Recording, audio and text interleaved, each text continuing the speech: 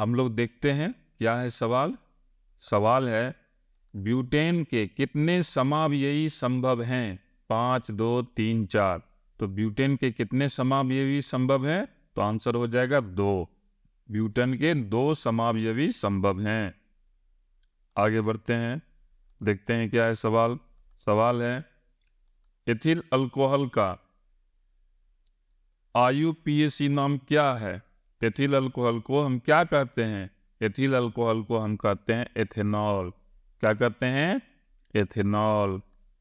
आगे बढ़ते हैं, देखते हैं क्या है सवाल। OH अभिक्रियाशील मूलक वाले यौगिक का नाम क्या है। कीटोन, अल्कोहल, अम्ल, एल्डिहाइड। क्या आंसर हो जाएगा, अल्कोहल, एल्कोहल। OH जिसमें लग जाएगा उसको हम क्या कहेंगे, एल्कोहल। आगे बढ़ते हैं, देखते हैं क्या है सवाल। सवाल है निम्न में से कौन असंतृप्त हाइड्रोकार्बन है। CH4, C2H6, C2H4, इनमें से कोई नहीं। क्या आंसर हो जाएगा, तीसरा नंबर C2H4। C2H4 क्या है, असंतृप्त हाइड्रोकार्बन है। आगे बढ़ते हैं, देखते हैं क्या है सवाल। सवाल है CnH2n निम्नलिखित में किसका सामान्य सूत्र है। एल्केन, एल्कीन, एल्काइन, इनमें से कोई नहीं। क्या आंसर हो जाएगा, दूसरा नंबर एल्कीन। CnH2n एल्कीन का सामान्य सूत्र है। आगे बढ़ते हैं, कौन सा कार्बनिक यौगिक सबसे अधिक अभिक्रियाशील है। CH4, C2H6, C2H4, C3H8। क्या आंसर हो जाएगा, आंसर हो जाएगा तीसरा नंबर C2H4। C2H4 क्या है, सबसे अधिक अभिक्रियाशील है। और यही क्या है, असंतृप्त हाइड्रोकार्बन भी है। असंतृप्त हाइड्रोकार्बन होने के कारण यह क्या है, सबसे अधिक अभिक्रियाशील है।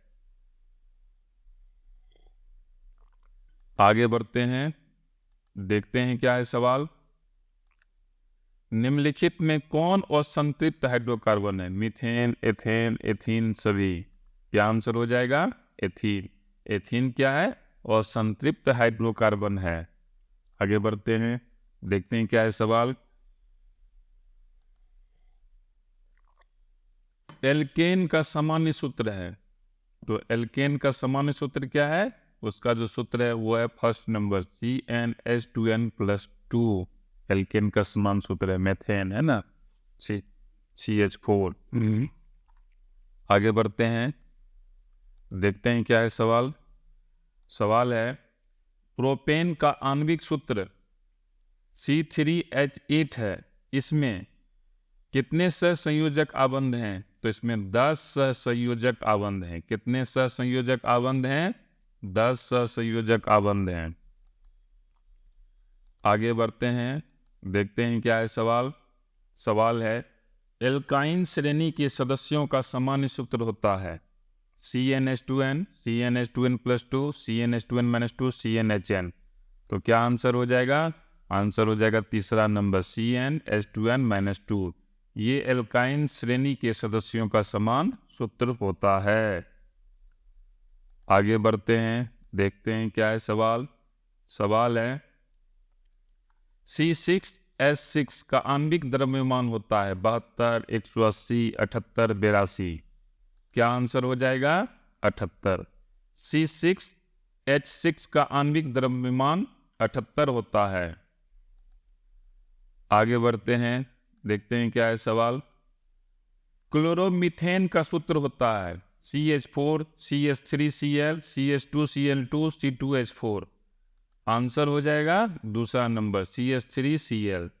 क्लोरोमीथेन का सूत्र क्या होता है, CH3Cl।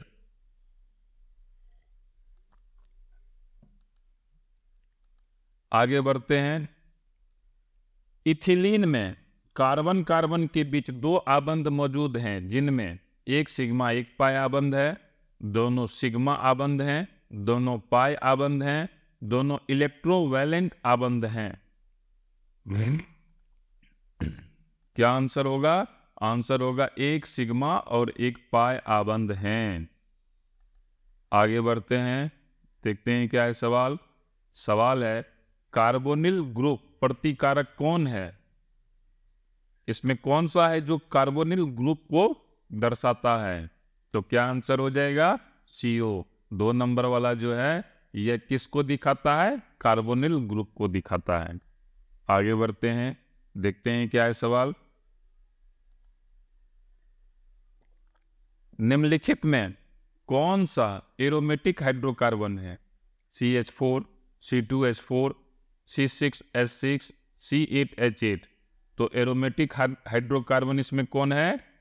C6H6। ये एरोमेटिक हाइड्रोकार्बन है। आगे बढ़ते हैं, देखते हैं क्या है सवाल। सवाल है COOH अभिक्रियाशील मूलक को क्या कहते हैं? कीटोन, एल्डिहाइड, अम्ल, ईथर। क्या आंसर हो जाएगा? अम्ल। COOH अभिक्रियाशील मूलक को अम्ल कहते हैं। आगे बढ़ते हैं, देखते हैं क्या है सवाल। सवाल है निम्नलिखित में कौन युग्म समावयवी हैं? तो आंसर हो जाएगा इसमें तीसरा नंबर C2H5OH और CH3OCH3 क्या है? समावयवी हैं। आगे बढ़ते हैं, देखते हैं क्या है सवाल। एथनॉल का क्रियाशील मूलक है। एथनॉल का क्रियाशील मूलक क्या होगा इसमें? इसमें हो जाएगा OH। ये सब क्या है? अल्कोहल है। क्या है? अल्कोहल है। आगे बढ़ते हैं, देखते हैं क्या है सवाल। CHO अभिक्रियाशील मूलक को क्या कहते हैं? तो आंसर हो जाएगा जिसमें CHO लगा रहे उसको एल्डिहाइड कहते हैं।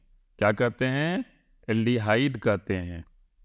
आगे बढ़ते हैं, देखते हैं क्या है सवाल। OH क्रियाशील मूलक किसका है? दोबारा ये क्वेश्चन आया है। क्या हो जाएगा आंसर? एल्कोहल। क्या आंसर हो जाएगा? एल्कोहल। आगे बढ़ते हैं, देखते हैं क्या है सवाल। CHO अभिक्रियाशील मूलक को क्या कहते हैं? फिर दोबारा आया है। यह आंसर हो जाएगा एल्डिहाइडिक समूह। क्या कहते हैं? एल्डिहाइडिक समूह कहते हैं। अगला क्वेश्चन है संतृप्त हाइड्रोकार्बन श्रेणी के सदस्यों को क्या कहा जाता है? तो क्या हो जाएगा आंसर? एल्केन। इस एल्केन में जो होता है सारा हाइड्रोकार्बन संतृप्त होता है। आगे बढ़ते हैं, देखते हैं क्या है सवाल। सवाल है एथेन का आणविक सूत्र C2H6 है। इसमें सहसंयोजक बंधनों की संख्या है 11, 10, 9, 7। क्या आंसर हो जाएगा? 4 नंबर 7। एथेन का आणविक सूत्र C2H6 है और इसमें सहसंयोजक बंधनों की संख्या कितनी है? 7। आगे बढ़ते हैं, देखते हैं क्या है सवाल। सवाल है एथाइल में कार्बन कार्बन परमाणुओं के बीच कितने सहसंयोजक बंधन होते हैं? 1, 2, 3, 4। तो क्या आंसर हो जाएगा? 3। एथाइल में कार्बन कार्बन परमाणुओं के बीच 3 सहसंयोजक बंधन होते हैं। आगे बढ़ते हैं, देखते हैं क्या है सवाल। पेंटेन C5H12 के कितने संरचना समावयवी संभव हैं? तो पेंटेन के कितने संरचना समावयवी हैं? 3। पेंटेन के कितने हैं? 3। आगे बढ़ते हैं, देखते हैं क्या है सवाल। सवाल है Al4C3 के जल अपघटन से निम्नांकित में कौन बनता है? Ethane, methane, alkyne, alkene. क्या आंसर हो जाएगा? दूसरा नंबर मीथेन। Al4C3 के जल अपघटन से मीथेन बनता है। आगे बढ़ते हैं, देखते हैं क्या है सवाल। सवाल है प्रोपेनॉन का क्रियाशील मूलक है OH, COOH, CO, CHO। क्या आंसर हो जाएगा? तीसरा नंबर। ये जो है C और O ये क्या है? प्रोपेनॉन का क्रियाशील मूलक है। आगे बढ़ते हैं, देखते हैं क्या है सवाल। एथिलीन है पैराफिन, ओलिफिन, एल्केन, एल्काइन। तो एथिलीन क्या है? एथिलीन ये है ओलिफिन। एथिलीन को हम ओलिफिन बोलते हैं। आगे बढ़ते हैं, क्या है सवाल? एल्कोहल में कौन सा तत्व उपस्थित नहीं है? Carbon, oxygen, hydrogen, nitrogen. क्या आंसर हो जाएगा? नाइट्रोजन। एल्कोहल में कौन सा तत्व उपस्थित नहीं है? नाइट्रोजन। आगे बढ़ते हैं, देखते हैं क्या है सवाल। सवाल है, कैल्शियम कार्बाइड जल के साथ अभिक्रिया कर देता है। कैल्शियम कार्बाइड का जब जल के साथ अभिक्रिया होता है तो वह क्या देता है? तो आंसर हो जाएगा एथाइन। वो क्या देता है? एथाइन। आगे बढ़ते हैं, देखते हैं क्या है सवाल। वनस्पति तेलों में होती है लंबी संतृप्त हाइड्रोकार्बन श्रृंखला, लंबी और संतृप्त हाइड्रोकार्बन श्रृंखला, लघु और संतृप्त हाइड्रोकार्बन श्रृंखला, लघु संतृप्त हाइड्रोकार्बन श्रृंखला। तो वनस्पति तेलों में क्या होता है? दूसरा नंबर, लंबी और संतृप्त हाइड्रोकार्बन श्रृंखला। आगे बढ़ते हैं, देखते हैं क्या है सवाल।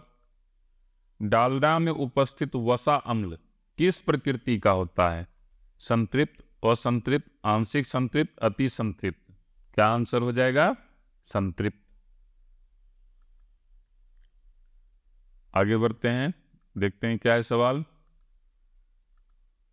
निम्नलिखित में कौन सा यौगिक ईंधन के रूप में इस्तेमाल किया जाता है?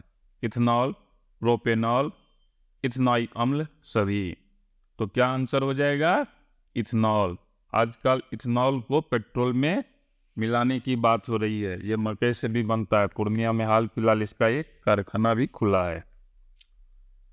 आगे बढ़ते हैं,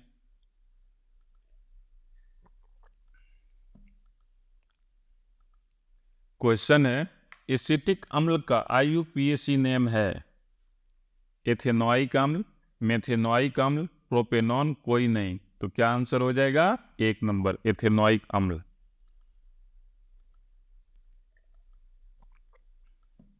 क्वेश्चन है, एथाइल एल्कोहल का अणुसूत्र होता है। तो क्या आंसर हो जाएगा? आंसर हो जाएगा दूसरा नंबर, C2H5OH। ये क्या है? एथाइल एल्कोहल का अणुसूत्र है। आगे बढ़ते हैं, देखते हैं क्या है सवाल।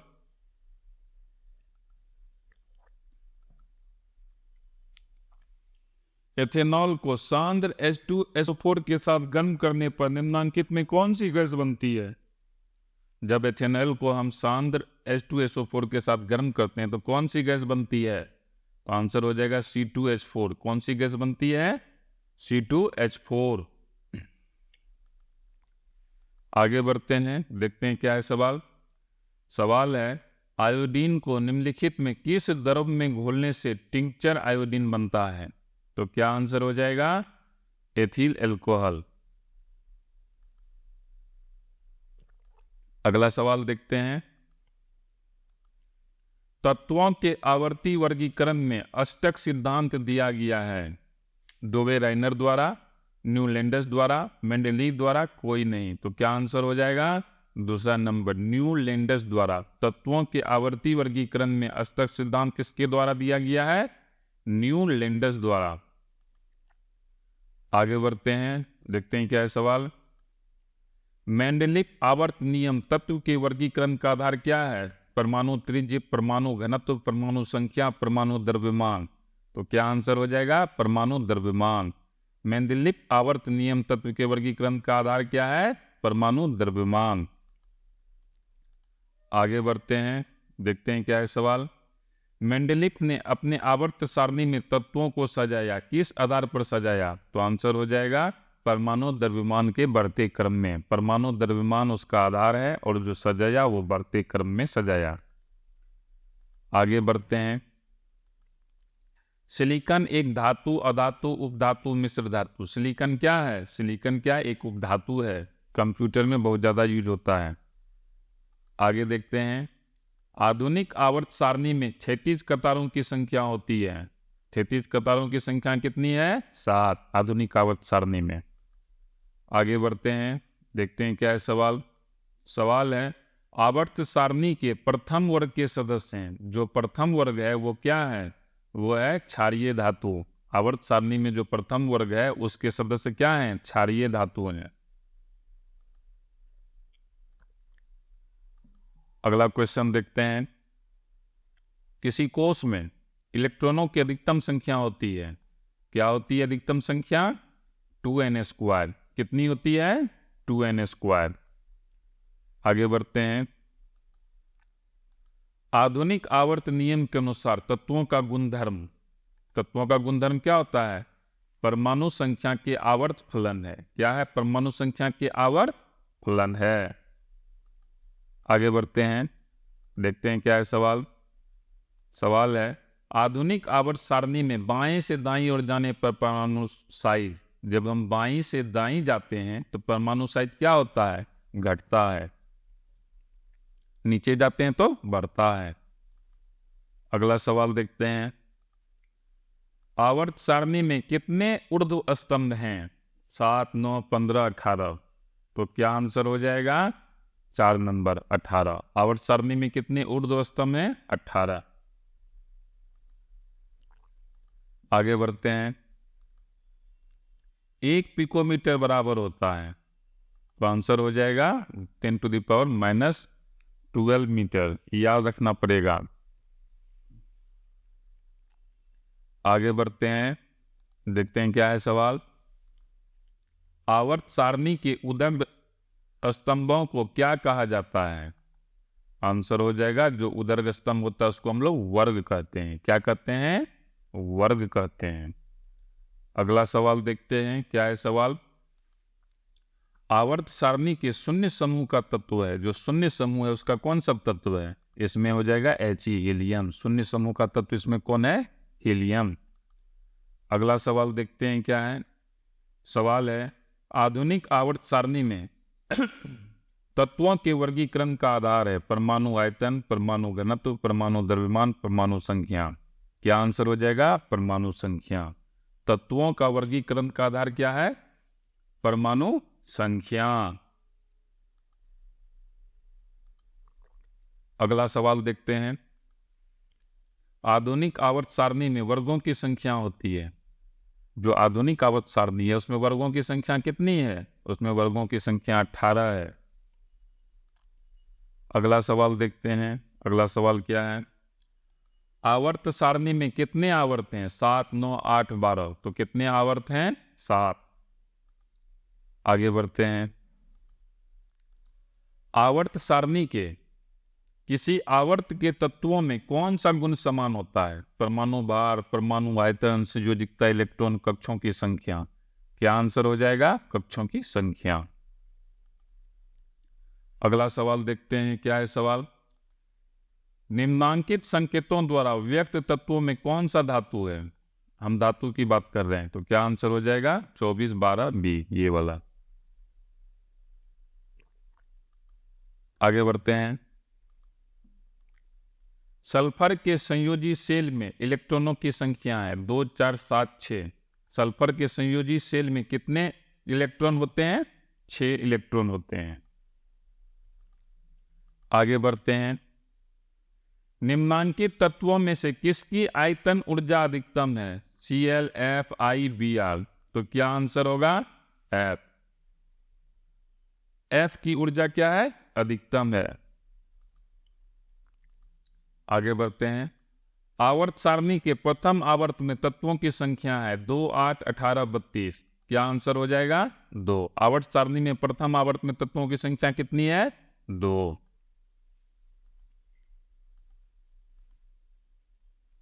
निम्नलिखित में किसमें इलेक्ट्रॉन को बाहर निकालना सबसे आसान है? तो क्या आंसर हो जाएगा? M।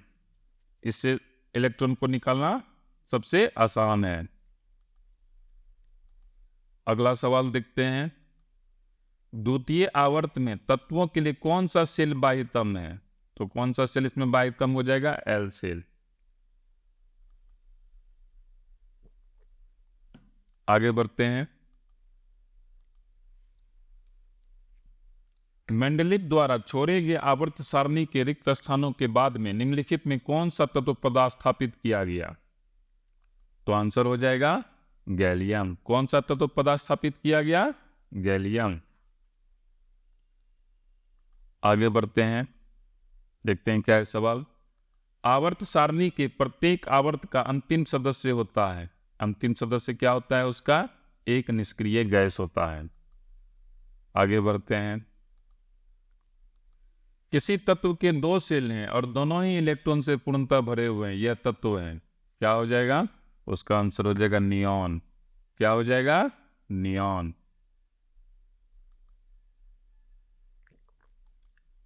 देखते हैं क्या है सवाल। सवाल है, निम्नलिखित में कौन सबसे अधिक क्रियाशील हैलोजन है? तो सबसे अधिक क्रियाशील हैलोजन कौन है? Fluorine, F। आगे बढ़ते हैं। निम्नलिखित में कौन सा तत्व आसानी से इलेक्ट्रॉन का त्याग नहीं कर सकता है?